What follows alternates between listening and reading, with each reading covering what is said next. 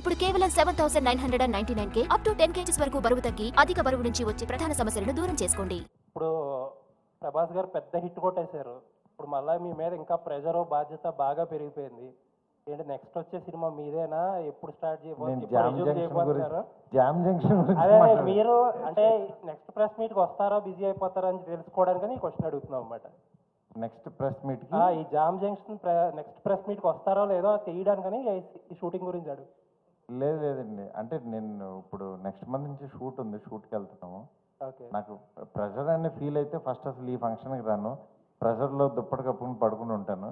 But I'm very happy, ఎందుకంటే ఆయన అంత పెద్ద హిట్ ఇవ్వడం అనేది నిజంగా ఇండస్ట్రీ అంతటికి ఒక్కసారి అంటే ఒక స్తబ్దతగా ఉన్న థియేటర్లు మూసేస్తున్నారని ఈ మధ్య అలాంటివి చాలా విన్నాం.